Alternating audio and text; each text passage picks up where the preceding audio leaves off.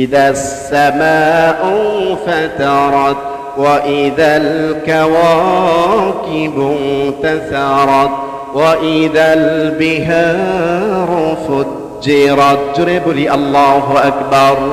এই আসমান চূর্ণ বিচূর্ণ হয়ে যাবে, আসমান ফেটে যাবে, তারকাগুলো খসে খসে পড়বে।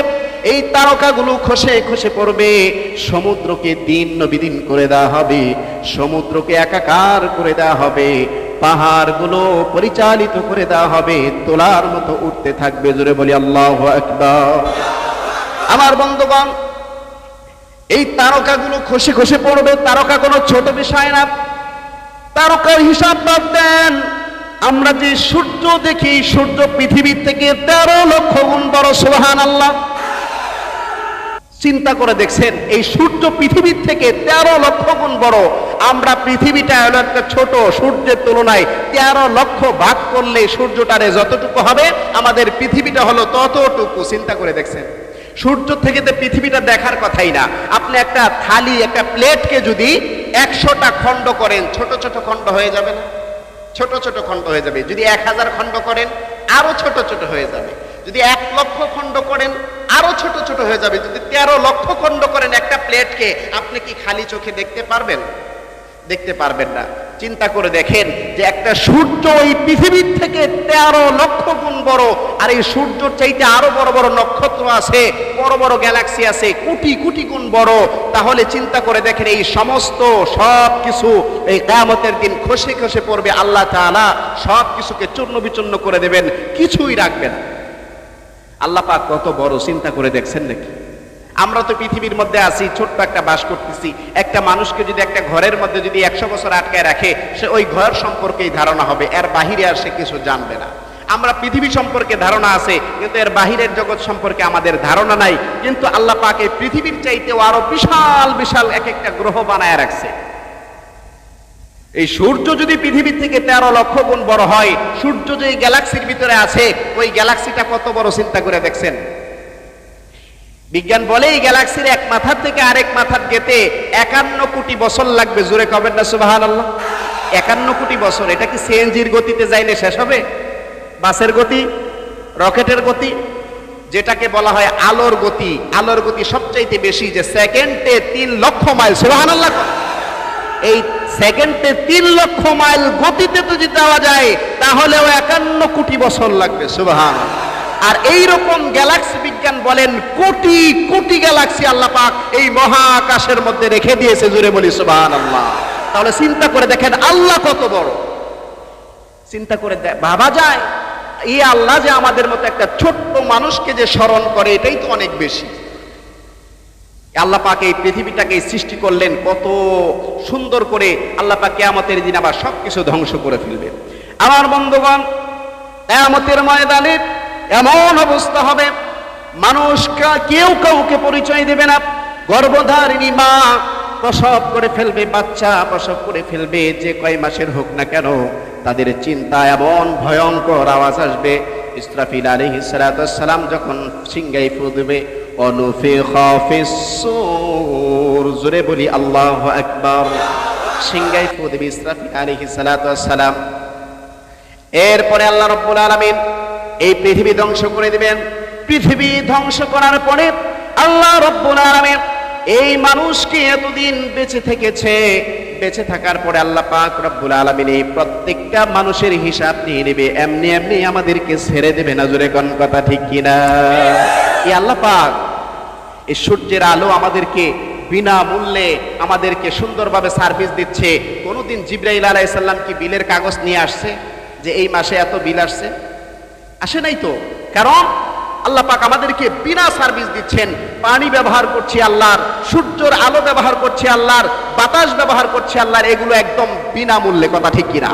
কারণ এই বাতাস হাসপাতালের মধ্যে গেলে দেখা যায় যে অক্সিজেনের কত দাম। অক্সিজেন কিনা ব্যবহার করতে হয়।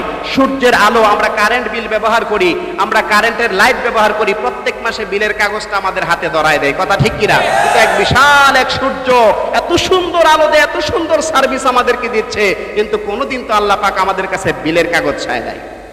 আল্লাহ রাব্বুল আলামিন বলেন, বান্দা তোমার এই সূর্যের বিলের কাগজ আমি পাঠাবো না, এই সূর্যের আলোর বিল তোমাকে দিতে হবে না, তুমি শুধুমাত্র একটা জিনিস করবা, ওই একটা জিনিস যদি করতে পারো আমি আল্লাহ পাক তোমার জীবনের এই সব সার্ভিস ফ্রি করে দেব। জোরে বলি সুবহানাল্লাহ।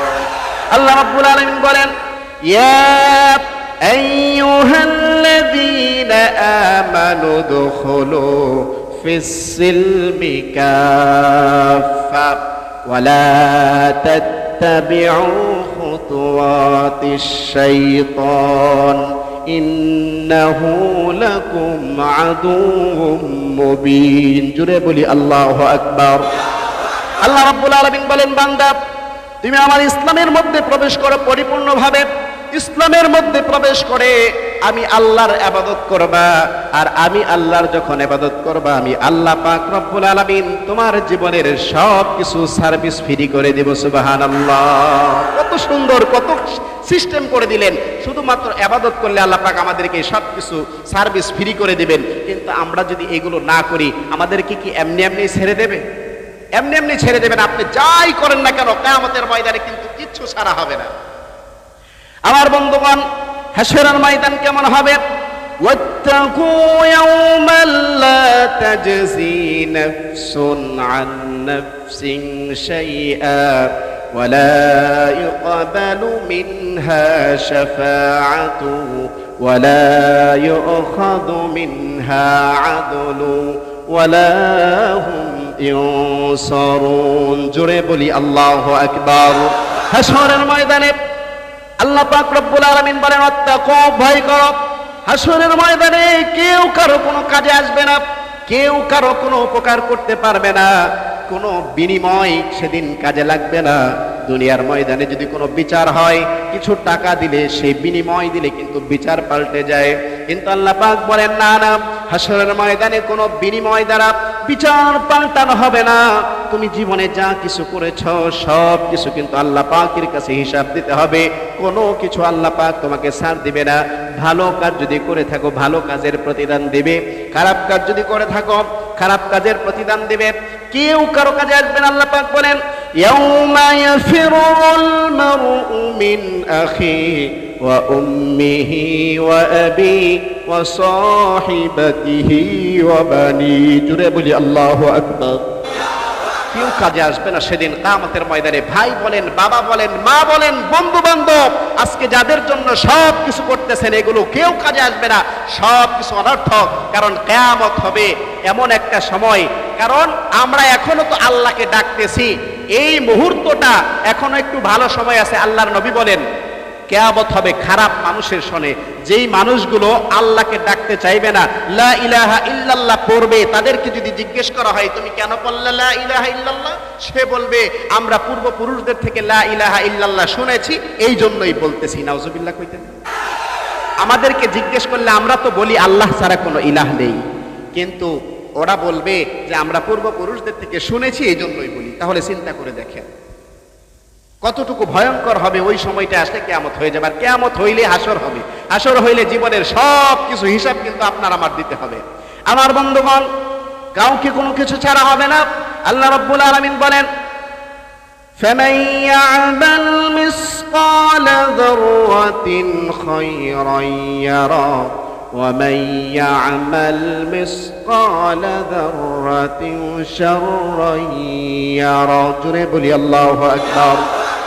বিন্দু ভালো পরিমাণ কাজ যদি করেন এর পুরস্কার আল্লাহ রাব্বুল আলামিন আপনাকে দিয়ে দিবে, আর যদি খারাপ কাজ যদি করেন এর তিরস্কারও কিন্তু আল্লাহ পাক রব্বুল আলামিন আপনাকে দিয়ে দিবে। কোনো কিছু ছাড়া হবে না। হাশরের ময়দানে যখন উঠবেন, আল্লাহ রাব্বুল আলামিনের সামনে যখন দাঁড়াবেন, আপনি কোথায় কি করেছেন সব কিছু কিন্তু ভিডিও আকারে উঠবে। এইগুলো কিন্তু আপনি মনে করেন না আমি যেদিন খারাপ কাজ করেছি ফেরেশতারা রেকর্ড করে নাই, আর যেদিন আমি ভালো কাজ করেছি সেই দিনই শুধুমাত্র রেকর্ড করেছে, এটা কোনোদিন মনে করেন না।